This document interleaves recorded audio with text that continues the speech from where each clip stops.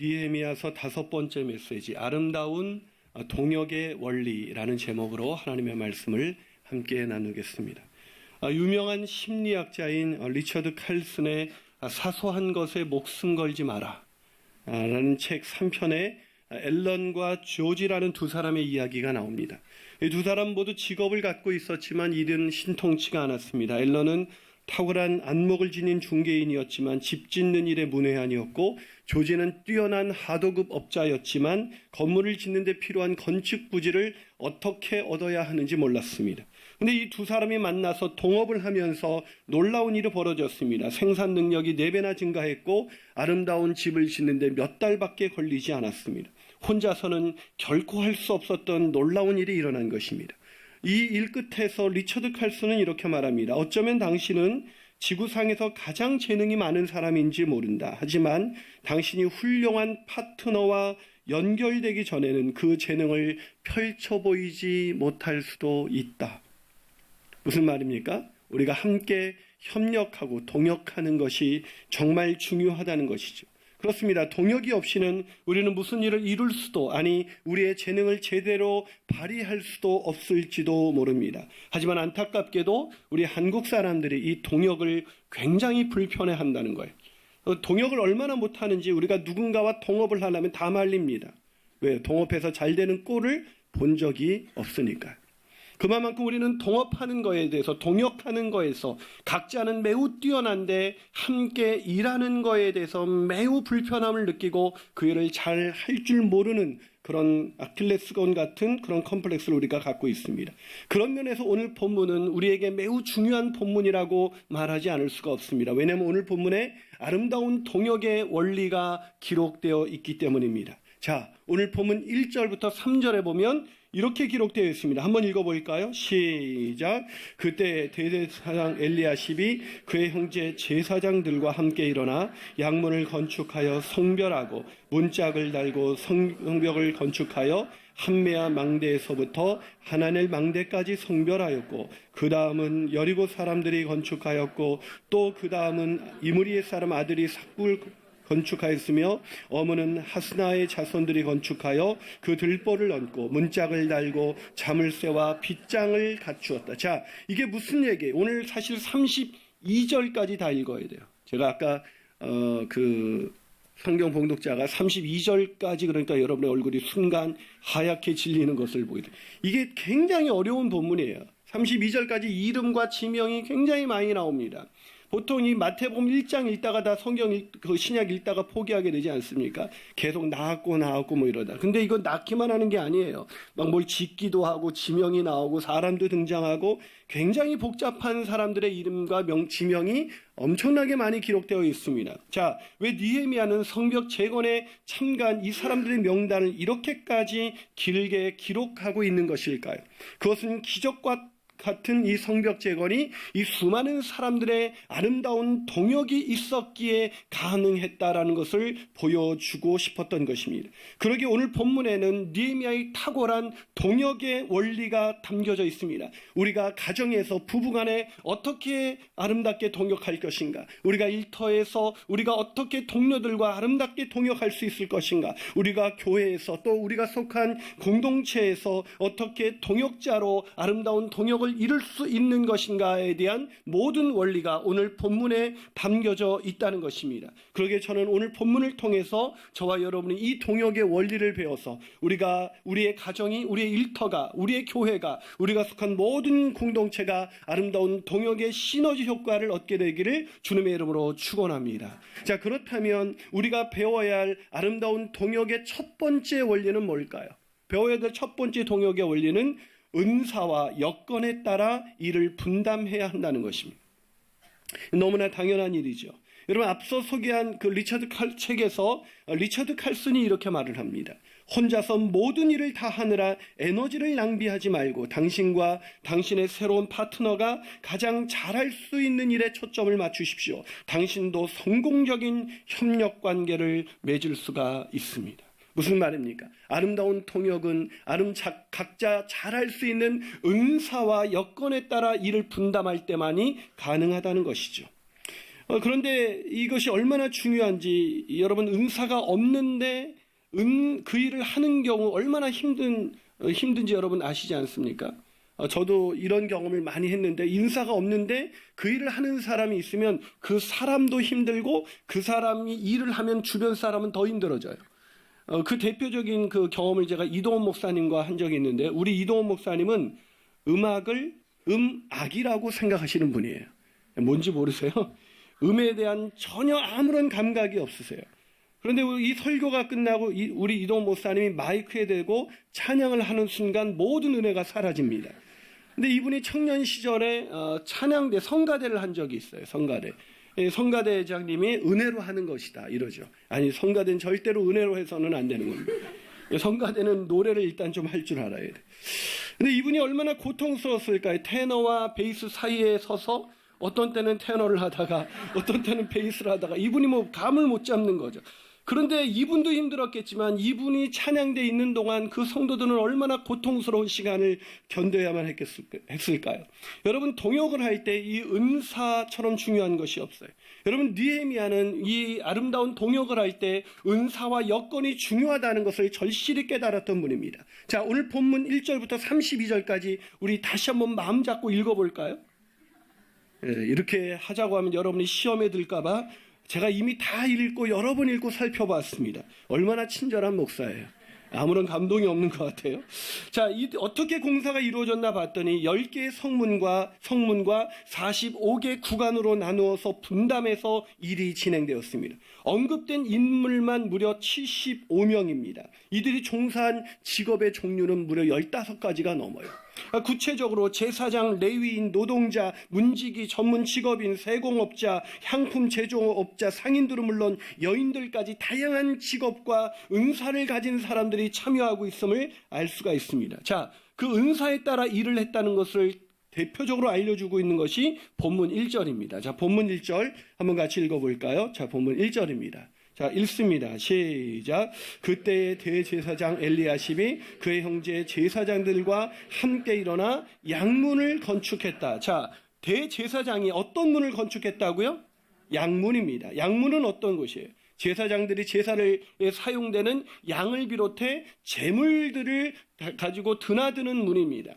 다시 말해서 이 양문은 제사와 관련된 문, 즉 제사장들이 이 양문의 용도와 그 기능에 대해서 가장 잘 알고 있었다는 것입니다. 그 문을 누가 중수하도록 만들었습니까? 바로 제사장들이 지을 수 있도록 느헤미야가 분담을 한 것입니다. 그뿐이 아닙니다. 계속해서 본문에 많은데요. 자, 3절 한번 더 볼까요? 3절 읽어봅니다. 시작. 어문은 하스나의 자손들이 건축하여 그 들보를 얻고 문짝을 달고 자물쇠와 빗장을 감췄다. 어문은 누가 건축했다고요? 하스나 자손들입니다. 하스나. 여러분, 이들이 누굴까요? 학자들은 이 어문을 통해서 두로 지방에서 오는 생선들이 이 시장에서 팔렸을 것이라고 말합니다. 즉 하스나 자손들은 바로 어부였던 것입니다. 다시 말해서 어부에게 어문을 맡긴 것입니다. 만약에 어부에게 양문을 맡겼다면 어떻게 했을까요? 마치 수산시장처럼 만들지 않았을까요?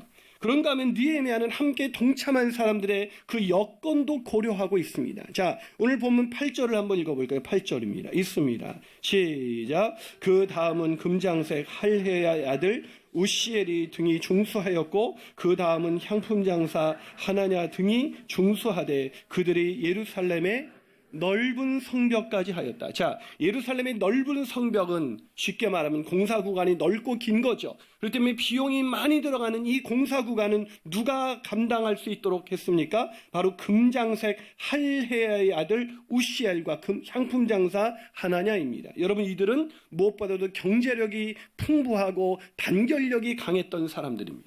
즉 예루살렘의 넓은 부분을 속히 잘 감당할 수 있도록 경제력도 있으면서 단결력이 강한 사람들이 순식간에 이것을 감당할 수 있도록 그렇게 맡겨준 것입니다. 특별히 이 우시엘의 이름이 하나님의 능력이라는 이름입니다. 능력, 즉 능력이 되는 사람에게 능력이 되는 일을 맡긴 것입니다. 게다가 느헤미야는 특별히 은사가 없는 사람들까지도 배려합니다. 자, 이 은사가 별로 없는 사람들은 10절이나 계속해서 본문을 잘 살펴보면 이런 사람들이 등장합니다. 그 집 앞 마주한 곳을 중수하였고라는 본문이 나와요. 무슨 말입니까? 즉 은사가 없는 사람은 자기 집 앞은 계속 드나들면서 그 성벽이 어떻게 되어 있었는지 늘 봤을 거 아니에요. 자기 집 문 앞이니까 적어도 이것은 잘할 수 있겠지 해서 그 집 문 앞 마주한 곳을 중수하도록 그렇게 배려한 것입니다. 무슨 말입니까? 은사와 여건, 이것을 철저히 고려했기 때문에 그렇게 아름다운 통역이 이루어질 수가 있었다는 것입니다. 사랑하는 여러분, 만약에 이 은사와 여건을 고려되지 않는 이 상황에서 우리가 동역을 하면 일은 하면 할수록 힘들어질 것입니다. 그러나 은사와 여건, 이것을 고려할 수만 있다면 동역은 하면 할수록 놀라운 시너지 효과를 내면서 상상할 수 없는 일을 할 수 있게 되는 것입니다. 사랑하는 여러분, 이렇게 은사와 여건에 따라서 가정에서, 일터에서, 교회에서 동역하게 되시는 저와 여러분이 되시기를 주님의 이름으로 축원합니다. 한 말 더 나가서 우리가 배워야 할 아름다운 동역의 두 번째 원리는 뭘까요? 동역의 두 번째 원리는 격려와 칭찬을 아끼지 말아야 하는 것입니다. 격려와 칭찬을 아끼지 않는 것. 여러분, 혹시 여러분이 격려자인지 아니면 비판자인지 제가 마음속으로 여러분 한번 질문을 해볼 테니까 마음속으로 대답을 해보세요.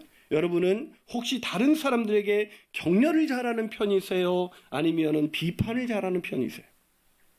여러분은 주로 말을 할 때 그 사람의 장점에 대해서 더 많이 얘기합니까? 아니면 부정적인 면에 대해서 더 많은 얘기를 합니까? 자, 대답을 하셨다면 이제 질문을 바꾸어 볼 테니까 다시 마음속으로 대답을 해보세요. 자, 여러분은 배우자와 자녀들에게 칭찬을 많이 하는 편이세요? 아니면 지적질을 많이 하는 편이세요? 자, 그렇다면 이제 마지막으로 질문을 던져보겠습니다. 여러분은 격려자이십니까? 비판자이십니까? 여러분, 저는 어떨까요? 저는 상당히 격려를 매우 잘하는 사람인 줄 알았습니다. 근데 아니에요. 제가 격려를 꽤 잘하는 사람인 줄 알았는데 그렇지 않더라고요. 한 번은 김석호 목사님께서 전도사님 시절이었습니다. 저는 우리 사역자들을 늘 자랑스럽게 생각하기 때문에 제가 늘 격려를 잘하고 있다고 생각했는데 한 번은 예배를 드리는 중에 이렇게 온도 체크가 되게 중요하거든요. 온도가 너무 추워도 안 되고 더워도 안 돼요. 근데 이게 온도가 좀 안 맞아서 제가 많은 부교육자들이 있는데 눈길을 아무리 줘도 아무도 이렇게 내가 왜냐면 예배하다 말고 갑자기 이 좀 불 좀 어떻게 해주세요 뭐 이렇게 말할 수는 없잖아요. 이 눈짓으로 사인을 주는데 놀랍게도 김석호 연사님이 이 사인을 알아듣고 온도를 조절하는 거예요. 제가 끝나고 나서 너무 기분이 좋아서 김석호 연사님 센스가 장난이 아니네 그랬어요. 그랬더니 이 말을 듣고 김석호 연사님이 모든 부교육자에게 가서 내가 드디어 목사님께 인정을 받았다. 그리고 자랑을 하기 시작했다는 거예요. 이 자랑이 몇 달을 갔다는 거예요. 제가 그 얘기를 나중에 뒤늦게 듣고 내가 얼마나 격려를 안 했으면 그게 뭐라고 센스가 장난이 아니네 이 말 한마디에 업되셔서 이분이 내가 드디어 인정받았다 이렇게 생각을 하는 거죠. 제가 그 말을 듣고 교육자들에게 얼마나 마음이 미안했는지 내가 참 격려를 안 하는 사람이구나 라는 생각을 하게 됐습니다. 여러분은 어떠세요? 우리는 마음속으로 늘 상대방을 인정합니다. 마음속으로 배우자를 인정하고 마음속으로 자녀들을 인정하고 마음속으로 동료들을 인정하기 때문에 우리는 격려를 꽤 잘하는 사람이라고 저와 같이 착각하고 있지만 우리는 격려와 칭찬에 매우 인색한 사람이라는 것입니다. 여러분, 우리가 왜 격려와 칭찬에 인색하게 된 것일까요? 존 맥스웰은 그 이유를 인간관계의 원칙이라는 책에서 이렇게 말을 합니다. 사람들이 자신에 대해 입증하기 전에 그들을 믿어주는 것이야말로 그들에게 자기의 잠재 능력을 극대화하도록 독려하는 열쇠가 된다. 이게 무슨 말이에요? 격려라는 것은 진정한 격려는 그 사람의 결과를 보고 말하는 것이 아니라 그 사람의 잠재력을 믿어주고 신뢰하는 사람만이 자주 그를 칭찬하고 자주 그를 격려해 줄 수가 있다는 것입니다. 그런데 우리는 결과 위주의 사고방식에 매우 길들여져 있어요. 그러다 보니까 어떤 탁월한 결과, 내가 원하는 그 높은 수준의 결과를 이룰 때까지 격려하기보다는 자꾸 지적하고 더 잘하기 위해서 마음속으로는 인정하면서도 사실은 더 많은 비판과 더 많은 지적질을 우리가 하기 시작한다는 것이죠. 여러분, 우리가 이 결과 위주의 사고방식에서 벗어나지 못해요. 그래서 한 개그맨이 개그 프로에서 이런 얘기를 했잖아요. 1등만 기억하는 이 차마 말을 못하겠어요. 그러니까 1등이 아니면 다 아닌 거죠. 여러분은 여러분의 부부간에, 여러분의 자녀들에게, 때로는 여러분의 부모도 격려가 필요하다는 걸 아세요? 엄마 최고예요. 아빠 최고예요. 이 말을 얼마나 간절히 듣고 싶은지 아세요? 여러분의 직장에서 부하들은 물론 여러분의 상사들이 당신의 리더십이 정말 최고입니다. 이 말을 상사가 얼마나 듣고 싶은지 아세요? 자, 우리 교회에서 만날 때마다 우리는 격려하고 우리는 그렇게 칭찬하기보다는 자꾸 부정적인 비판을 가합니다. 사실은 마음속에서는 그를 인정하고 있지만 그가 더 잘하게 하기 위해서라는 명분하에 얘기하지만 사실은 우리는 그것 때문에 동역의 관계가 별로 재미없어지는 거예요. 그러나 느헤미야는 누구보다도 탁월한 격려자였던 것입니다. 자신과 함께하는 사람들을 믿어주고 신뢰하고 그들을 격려했습니다. 아니 목사님, 오늘 본문에 그 근거가 있습니까? 네, 있습니다. 그 근거가 뭔데? 네, 바로 그 근거가 본문 3장 1절에서 32절까지입니다. 이 본문 전체가 느헤미야의 격려인 것입니다. 아니 어떻게 해요? 자, 오늘 본문이 뭐라 그랬어요? 성벽 재건에 참가한 사람들의 명단이라 그랬어요. 여러분, 이 명단을 왜 느헤미야가 우리도 읽기 힘든 이 본문을 이렇게 기록했을까요? 이들이 없이는 이 성벽 재건은 이루어질 수 없었다는 것을 말하고 싶었던 것입니다. 여러분, 왜 연예인들이 이렇게 보통 수상소감을 물을 때 어떤 소감을 말합니까? 자기와 함께 했었던 스태프들, 자기와 함께 했었던 배우들, 자기를 도와줬던 사람들, 심지어 일일이 코디 언니 막 이러면서 막 얘기를 다 나열하잖아요. 그게 뭐예요? 그게 격려잖아요. 여러분, 이 성경에 어떻게 보면 굳이 필요하지 않을 것 같은 이 본문을 왜 하나님이 느헤미야는 이렇게 기록하고 있는 것일까요? 이 이름의 기록에, 여러분, 만약에 느헤미야가 여기에 기록하지 않았다면 성벽 재건에 참가한 사람들이 누구였을 거라는 것은 하나님만이 아시는 거죠. 느헤미야는 격려하고 싶었던 것입니다. 저는 이렇게 뭔가 헌신하고 희생한 사람들의 이름을 기록하고 이 기억하는 문화는 기독교 문화의 아주 아름다운 전통이라고 생각합니다. 그래서 이 미국에 가면 이런 아름다운 건물이나 누군가가 헌신한 지역에 가면 반드시 거기 이름이 써져 있습니다. 누가 헌신했다, 누가 기부했다. 근데 우리나라는 그게 잘 안 돼요. 우리나라는 이름을 알려주면 왜 굳이 저렇게 할까요? 그건 유교 문화입니다. 여러분, 오히려 기독교 문화에 그렇게 이름을 기록하고 그분들의 이름을 칭찬해주고 격려해주는 그 문화가 더 많은 기부 문화, 아름다운 동역을 가능케 한다는 걸 아세요? 아니, 성경에 이들의 이름이 기록되었기 때문에 이들의 상급은 하늘에서 사라지게 되었을까요? 아니요. 이름을 기록하는 것, 이거보다 더 큰 격려는 없습니다. 전개에서 우리가 개척을 또다시 하게 되면 그 개척하는 공간에 함께 썼던 그 도네이션 했던 사람들의 아름다운, 또 수고했던 사람들의 이름을 저는 기록하려고 해요. 그것이 아름다운 이름이죠. 여러분, 하나님은 우리가 구원받았을 때 다 아시는데 생명책에 그 이름을 기록했다는 것을 기억하시나요? 하나님이 지금 우리가 이 땅에 사는 모든 일들을 일일이 하나님의 나라의 상급 명단에 기록하고 계시다는 걸 아시나요? 여러분, 기록한다는 것, 그것은 기억한다는 것이고, 기억한다는 것은 가장 위대한 격려와 칭찬이 되는 것입니다. 제가 아내하고 한번 단둘이 식사를 한 적이 사실 우리는 별로 없어요. 거의.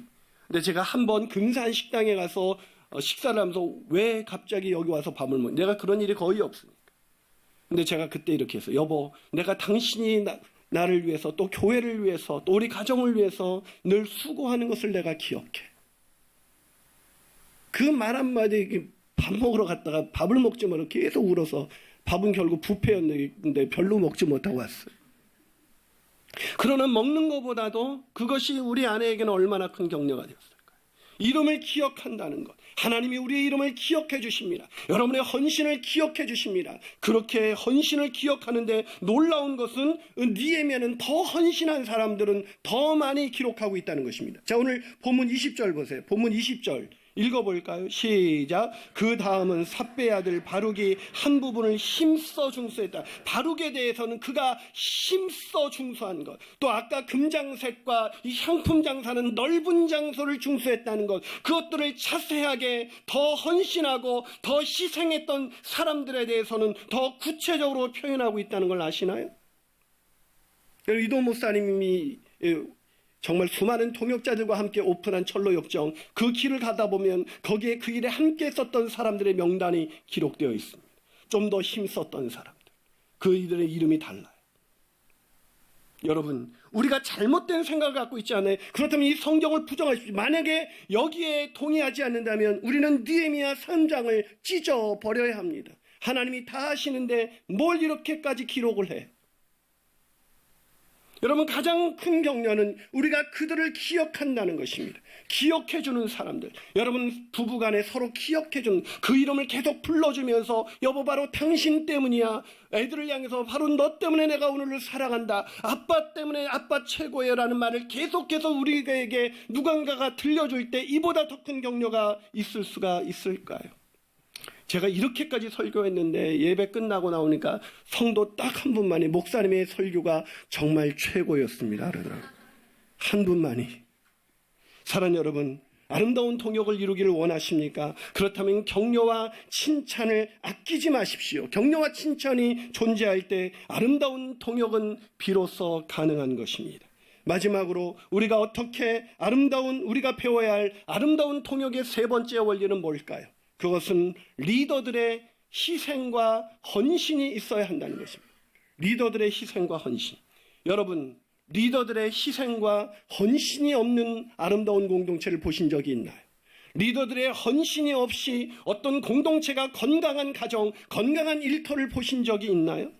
무너진 성벽의 재건, 그건 역시 리더들의 아름다운 희생과 헌신이 있었기에 가능했던 것입니다. 자, 오늘 보면 1절을 한번 읽어봅니다. 1절 시작. 그때 대제사장 엘리야십이 그의 형제 제사장들과 함께 일어나, 자, 성벽 재건 참가자 명단 중에 누가 제일 먼저 나오고 있습니까?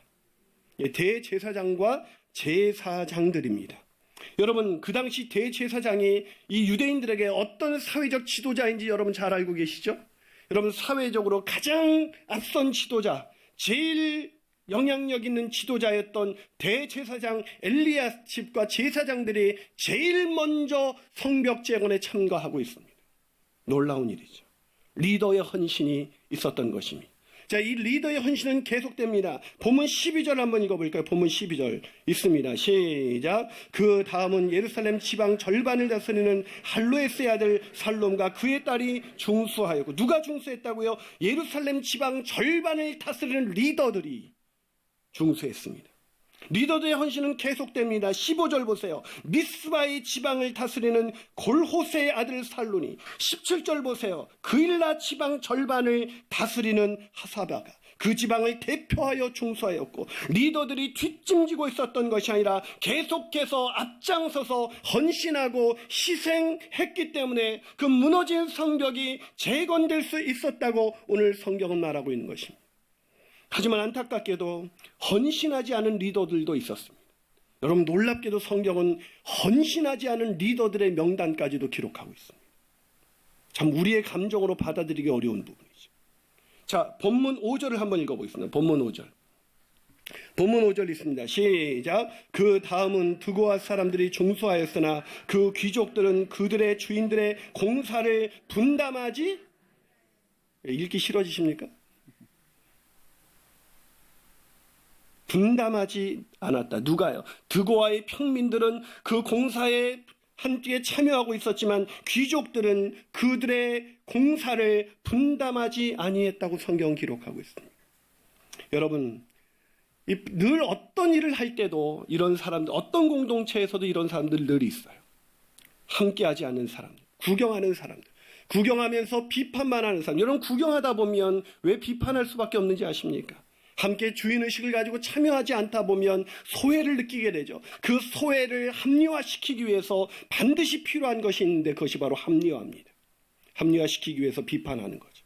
이것은 문제가 있어 성벽 재건이 과연 가능할까? 140년 동안 못한 일이야. 지금 산발락과 저기에서 반대하는데 이것이 되겠어라는 얘기를 계속해서 하고 있는 것이죠. 사는 여러분, 구경꾼이 되지 마시고 리더십을 발휘해서 참여하는 저와 여러분이 되시기를 주님의 이름으로 축원합니다.